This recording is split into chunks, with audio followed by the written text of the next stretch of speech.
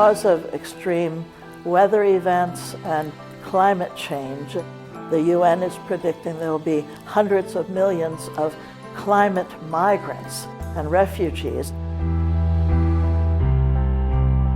But the tricky part is we don't know who or when or where.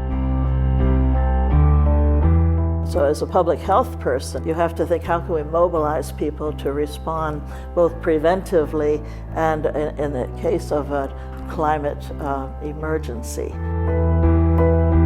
When I was speaking to the UN Human Rights Council Social Forum on climate change, I talked about the problems of educating communities to accept all the refugees who are coming, because we tend to reject immigrants. And so how do we go from a negative idea of somebody coming in from outside to a more positive approach? And afterwards, the Quaker representative came up to me and said, we need to organize, some kind of interfaith discussions on the theology of the stranger. Because all of our teachings talk about welcoming guests and welcoming strangers. They see this as something positive. And we can use these spiritual teachings to try to change people's thinking. This is a new resource. These are people who can help to pay for our retirement and our old age. These are people who can bring new diversity into the community. And so it's an idea of approaching these challenges as, although many of them are problematic, there are solutions for all of them. So in searching for solutions, I would ask myself, well, what would be the spiritual principles involved as well as the scientific ones? On the scientific side, we're clearly over-consuming. We're using much too much of the world's resources, especially in the wealthy countries of the West. And therefore, we need to simplify our lifestyles. And of course, when Baha'u'llah says, take only to your needs and not that which exceedeth them, he's truly telling us that for our own spiritual good, we should become less attached to this constant consumption that we're being bombarded with by the media all the time, getting harmony among all the diverse peoples around us.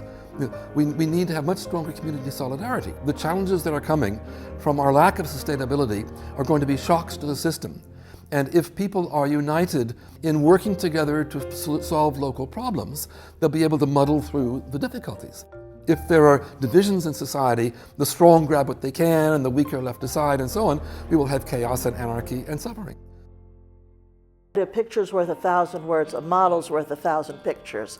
So if you can show a model of where it is working, even on a very small scale, it might be worth moving forward from there.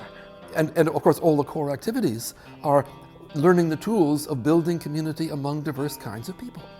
They're actually what we need to address the challenges that are coming in the world. I feel one of the real sort of well-hidden secrets in the Baha'i faith is teaching people consultation in the sense of finding a solution that is agreeable to move forward on the basis of consensus. You can apply your Baha'i principles creatively to help address the problems of society.